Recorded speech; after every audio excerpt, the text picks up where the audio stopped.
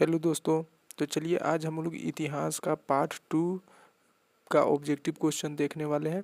Part 1 हो गया है। अगर आप लोग नहीं देखें उस वीडियो को तो डिस्क्रिप्शन में लिंक दिया गया है, देख लीजिएगा, जा करके ज़रूर देख लीजिएगा। और पार्ट बाई पार्ट आपको ऑब्जेक्टिव क्वेश्चन सब्जेक्टिव क्वेश्चन सब मिलते रहेंगे। इसलिए आप लोग अगर चैनल को नहीं सब्सक्राइब किए हैं तो चैनल को सब्सक्राइब कर लीजिएगा। और अगर वीडियो अच्छा लगे तो दोस्त वीडियो को लाइक कर दीजिएगा और अपने दोस्तों को भी शेयर कर दीजिएगा ताकि सबको हेल्प मिले। और हाँ फ्रेंड्स, अगर आपको इसका PDF चाहिए तो आप लोग टेलीग्राम चैनल ज्वाइन कर लीजिएगा। डिस्क्रिप्शन में लिंक दिया गया है, टेलीग्राम लिंक ज्वाइन कर लीजिएगा। वहाँ पे आपको इसका PDF मिल जाएगा और वहाँ पे आप क्विज भी कर सकते हैं। चलिए फ्रेंड्स, पार्ट 2 का नाम क्या है? राजा, किसान और नगर, आरंभिक राज्य और अर्थव्यवस्थाएं। यानी पार्ट 2 का देखना हमको राजा और किसान और नगर और आरंभिक राज्य और अर्थव्यवस्थाएं। चलिए फटाफट से हम लोग वीडियो की तरफ चलते हैं। देखिए दोस्तों, क्लास 12 बोर्ड परीक्षा की तैयारी करने के लिए चैनल को सब्सक्राइब जरूर कर लेना है। अगर आप 2025 में एग्ज़ाम देने वाले हैं या फिर अगर अगले साल भी देने वाले हैं 2026 में भी, तो कोई बात नहीं, आप वीडियो देखिए। सबसे पहले आपको चैनल को सब्सक्राइब जरूर कर लेना है और PDF डाउनलोड करना है। तो इसके लिए टेलीग्राम ग्रुप को ज्वाइन कर लीजिएगा, जो कि डिस्क्रिप्शन में लिंक दिया गया है। अगर कोई भी प्रकार का हेल्प चाहिए आपको तो इस नंबर पे कांटेक्ट कर सकते हैं। चलिए फ्रेंड्स, अगर आपको लिंक नहीं मिल रहा तो आप टेलीग्राम पे सर्च भी कीजिएगा 12 आर्ट्स बेबी के, तो आ जाएगा। चलिए फटाफट से 1 नंबर क्वेश्चन का आंसर बताना है। किस भारतीय शासक को नेपोलियन की संज्ञा दी गई है? बताना कि किस भारतीय शासक को नेपोलियन की संज्ञा दी गई है? चंद्रगुप्त मौर्य, कनिष्क, समुद्रगुप्त, हर्षवर्धन। बताना कि किस भारतीय शासक को नेपोलियन की संज्ञा दी गई है? तो इसका राइट आंसर हो जाएगा समुद्रगुप्त, यानी कि option number C right answer. चलिए दूसरा नंबर बताना है, 16 महाजनपदों में सबसे शक्तिशाली महाजनपद कौन था? बताना कि 16 महाजनपदों में सबसे शक्तिशाली महाजनपद कौन था? मगध, अवंती, कौशल, गंधार। बताइए 16 महाजनपदों में सबसे शक्तिशाली महाजनपद कौन था? तो इसका राइट आंसर हो जाएगा आपका मगध, यानी कि option number A right answer हो जाएगा। चलिए तीसरा नंबर क्या बोल रहा है, किस शिलालेख में अशोक के कलिंग का विजय का उल्लेख मिलता है? बताना है कि किस शिलालेख में अशोक के कलिंग विजय का उल्लेख है? प्रथम, सप्तम, दसम या फिर 13वां। बताइए किस शिलालेख में अशोक के कलिंग विजय का उल्लेख है? तो इसका राइट आंसर हो जाएगा 13वां में, यानी कि option number D right answer हो जाएगा। चलिए चौथा नंबर क्या बोल रहा है, कनिष्क की राज्यरोहण तिथि है। कनिष्क की राज्यरोहण तिथि क्या है? 48 ईस्वी, 78 ईस्वी, 88 ईस्वी या 98 ईस्वी। बताइए कनिष्क की राज्यरोहण तिथि क्या है? तो इसका राइट आंसर हो जाएगा 78 ईस्वी, यानी कि option number B right answer हो जाएगा। चलिए पाँचवा नंबर बताना है, धम्म महामात्रों किसने नियुक्त किया? धम्म महामात्रों को किसने नियुक्त किया? चंद्रगुप्त मौर्य ने, बिंदुसार ने, अशोक ने या फिर कनिष्क ने। धम्म महामात्रों को किसने नियुक्त किया? तो इसका राइट आंसर हो जाएगा अशोक ने, यानी कि option number C right answer हो जाएगा। चलिए छठा नंबर बताना है, अशोक किस वंश का शासक था? अशोक जो था ये किस वंश का शासक था? नंद वंश का, मौर्य वंश का, गुप्त वंश का या चोल वंश का? बताइए अशोक किस वंश का शासक था? तो अशोक मौर्य वंश का शासक था, यानी कि option number B right answer हो जाएगा। चलिए सातवां नंबर क्या बोल रहा है, भारतीय इतिहास का कौन सा काल स्वर्ण काल के नाम से जाना जाता है? बताना कि भारतीय इतिहास का कौन सा काल स्वर्ण काल के नाम से जाना जाता है? मौर्य काल, गुप्त काल, मुगल काल, अंग्रेजों का काल। बताइए भारतीय इतिहास का कौन सा काल स्वर्ण काल के नाम से जाना जाता है? तो इसका राइट आंसर हो जाएगा गुप्त काल, यानी कि option number B right answer हो जाएगा। चलिए आठवां नंबर बताना है, प्रयाग प्रशस्ति की रचना किसने की थी? प्रयाग प्रशस्ति की रचना किसने की थी? कालिदास ने, बाणभट्ट ने, हरिसेन ने, पतंजलि ने। बताइए प्रयाग प्रशस्ति की रचना किसने की थी? तो इसका राइट आंसर हो जाएगा हरिसेन ने, यानी कि option number C right answer हो जाएगा। चलिए 9 नंबर बताना है, मौर्यकालीन टकसाल का प्रधान कौन था? मौर्यकालीन टकसाल का प्रधान कौन था? कोषाध्यक्ष, मुद्राध्यक्ष, पन्याध्यक्ष, लक्षणाध्यक्ष। बताइए मौर्यकालीन टकसाल का प्रधान कौन था? तो इसका राइट आंसर हो जाएगा आपका लक्षणाध्यक्ष, यानी कि option number D right answer हो जाएगा। चलिए 10 नंबर बताना है, राजतरंगिणी के लेखक कौन है? राजतरंगिणी के लेखक कौन है? पतंजलि, बाणभट्ट, विशाखादत्त, कलहन। बताइए राजतरंगिणी के लेखक कौन है? तो इसका राइट आंसर हो जाएगा कलहन, यानी कि option number D right answer हो जाएगा। चलिए 11 नंबर बताना है, अर्थशास्त्र और इंडिका से किस राजवंश के विषय में जानकारी मिलती है? अर्थशास्त्र और इंडिका से किस राजवंश के विषय में जानकारी मिलती है? मौर्य वंश, कुषाण वंश, सातवाहन वंश या गुप्त वंश? अर्थशास्त्र और इंडिका से किस राजवंश के विषय में जानकारी मिलती है? तो इसका राइट आंसर हो जाएगा मौर्य वंश के, यानी कि option number A right answer हो जाएगा।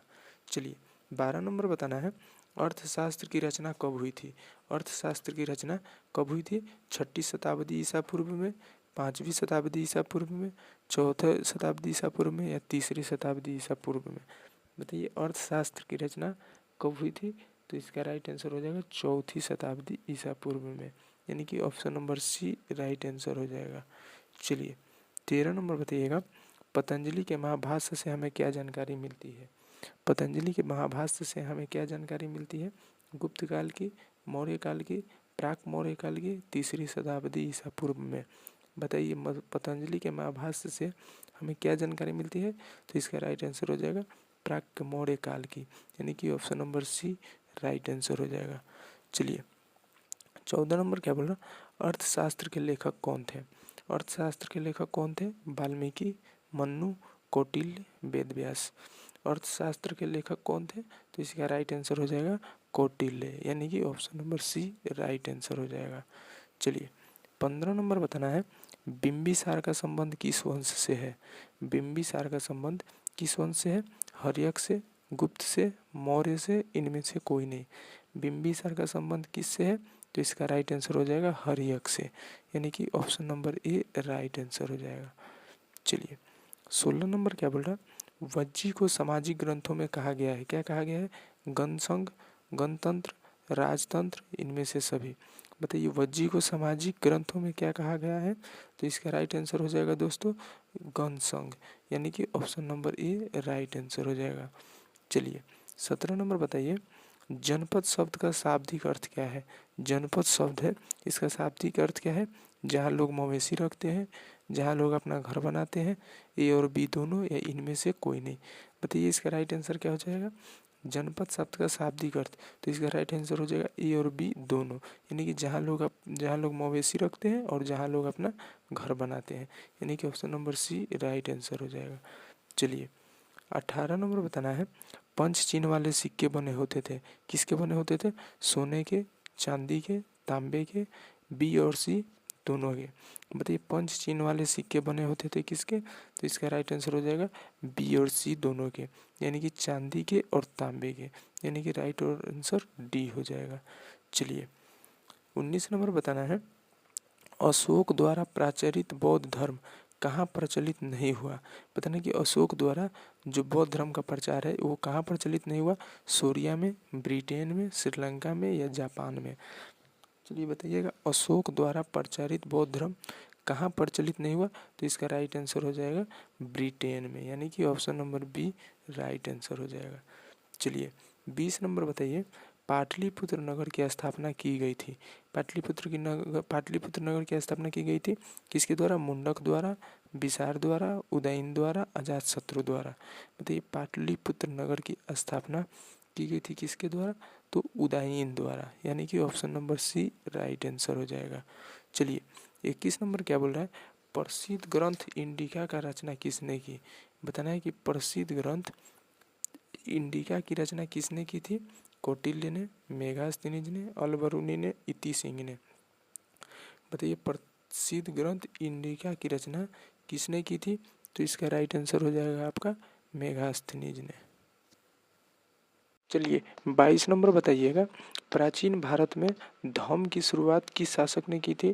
प्राचीन भारत में धम्म की शुरुआत किसने की थी? चंद्रगुप्त मौर्य ने, चंद्रगुप्त द्वितीय ने, अशोक ने या फिर कनिष्क ने? बताइए प्राचीन भारत में धम्म की शुरुआत किस शासक ने की थी? तो इसका राइट आंसर हो जाएगा अशोक ने, यानी कि option number C right answer हो जाएगा। चलिए 23 नंबर क्या बोल रहा है, महावीर ने पार्श्वनाथ के सिद्धांतों में नया सिद्धांत क्या जोड़ा? बताना कि महावीर ने पार्श्वनाथ के सिद्धांतों में नया सिद्धांत क्या जोड़ा? अहिंसा, ब्रह्मचर्य, सत्य, अपरिग्रह? बताइए महावीर ने पार्श्वनाथ के सिद्धांत में नया सिद्धांत क्या जोड़ा, तो इसका राइट आंसर हो जाएगा ब्रह्मचर्य, यानी कि option number B right answer हो जाएगा। चलिए 24 नंबर बताना है, कलिंग युद्ध कब हुआ था। कलिंग युद्ध कब हुआ था, 261 ईसा पूर्व, 251 ईसा पूर्व, 263 ईसा पूर्व या फिर 253 ईसा पूर्व। बताइए कलिंग युद्ध कब हुआ था, तो ये हुआ था 261 ईसा पूर्व, यानी कि option number A right answer हो जाएगा। चलिए 25 नंबर क्या बोल रहा है, फूट डालकर विजय प्राप्त करने का कार्य सर्वप्रथम किस राजा ने किया। फूट डालकर विजय प्राप्त करने का कार्य सर्वप्रथम किस राजा ने किया, अजातशत्रु ने, पुष्यमित्र युग ने, शुंग ने या फिर अशोक ने या समुद्रगुप्त ने। बताइए फूट डालकर विजय प्राप्त करने का कार्य सर्वप्रथम किस राजा ने किया, तो इसका राइट आंसर हो जाएगा अजातशत्रु ने, यानी कि option number A right answer हो जाएगा। चलिए 26 नंबर बताना है, जीवक वैद्य किस वंश के काल के बारे में क्या बोल रहे हैं, जीवक वैद्य किस वंश के काल में था, ये बारे नहीं होगा, किस वंश के काल में था। बताना कि जीवक वैद्य किस वंश के काल में था, मौर्य वंश के, गुप्त वंश के, हर्यक वंश के या कुषाण वंश के।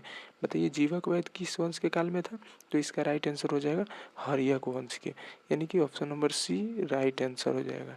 चलिए 27 नंबर बोल रहा, अपने स्वयं के खर्चे से सुदर्शन झील की मरम्मत किसने कराई। अपने स्वयं के खर्चे से सुदर्शन झील की मरम्मत किसने करवाई, अशोक ने, कनिष्क ने, रुद्रदमन ने, स्कंदगुप्त ने।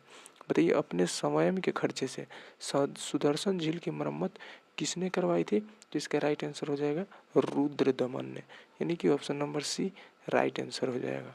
चलिए 28 नंबर बताना है, पाटलिपुत्र नगर की स्थापना उदयन ने किस नदी के संगम पर की। पाटलिपुत्र नगर की स्थापना उदयन ने किस नदी के संगम पर की, गंगा के, सोन, पुनपुन या इन सभी के संगम पर। बताइए 28 नंबर का राइट आंसर क्या हो जाएगा, तो इन सभी के संगम पर उदयन ने स्थापना की पाटलिपुत्र नगर की। चलिए राइट आंसर हो जाएगा ऑप्शन नंबर डी। 29 नंबर क्या बोला, समस्त भारत ही नहीं एशिया एवं यूरोप में सर्वप्रथम हुनों को परास्त करने का श्रेय किस शासक को जाता है। समस्त भारत ही नहीं एशिया एवं यूरोप में सर्वप्रथम हुनों को परास्त करने का श्रेय किस शासक को जाता है, अशोक को, स्कंदगुप्त को, समुद्रगुप्त को या फिर नेपोलियन को।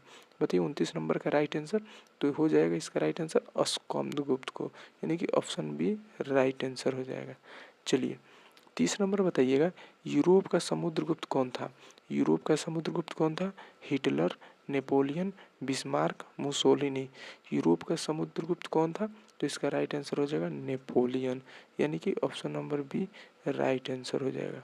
चलिए 31 नंबर बताना है, किसके अभिलेख में भूमि दान का उल्लेख मिलता है। किसके अभिलेख में भूमि दान का उल्लेख मिलता है, अशोक के, समुद्रगुप्त के, प्रभावती गुप्त के, इन सभी के। बताइए किसके अभिलेख में भूमि दान का उल्लेख मिलता है, तो इसका राइट आंसर हो जाएगा प्रभावती गुप्त के, यानी कि option number C right answer हो जाएगा। चलिए 32 नंबर क्या बोल रहा है, भूमि अनुदान से संबंधित प्रथम अभिलेखीय प्रमाण किसका है।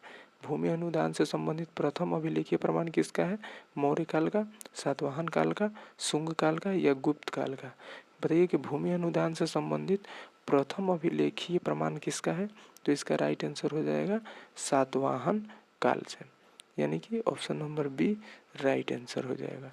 चलिए 33 नंबर बताना है, 510 ईस्वी में सती प्रथा के साक्ष्य वाला प्रथम अभिलेख कहाँ मिला है। 510 ईस्वी में सती प्रथा के साक्ष्य वाला प्रथम अभिलेख कहाँ मिला है, एरन सागर में, गुजरात दतिया में, मस्की में या जूनागढ़ में। बताइए 33 नंबर का इसका राइट आंसर हो जाएगा एरन सागर में, यानी कि option number A right answer हो जाएगा। चलिए 34 नंबर क्या बोल रहा है, अशोक ने महेंद्र और संघमित्रा को बौद्ध धर्म के प्रचार के लिए कहाँ भेजे थे। अशोक ने महेंद्र और संघमित्रा को बौद्ध धर्म प्रचार करने के लिए कहाँ भेजे थे, श्रीलंका में, ब्रिटेन में, बांग्लादेश में, पाकिस्तान में। बताइए 34 नंबर का राइट आंसर क्या हो जाए, तो इन दोनों को श्रीलंका में भेजे थे, यानी कि option number A right answer हो जाएगा। चलिए 35 नंबर बताना है, किस विद्वान ने मात्र अभिलेखों के आधार पर अशोक का इतिहास लिखने का सलाध्य प्रयास किया है।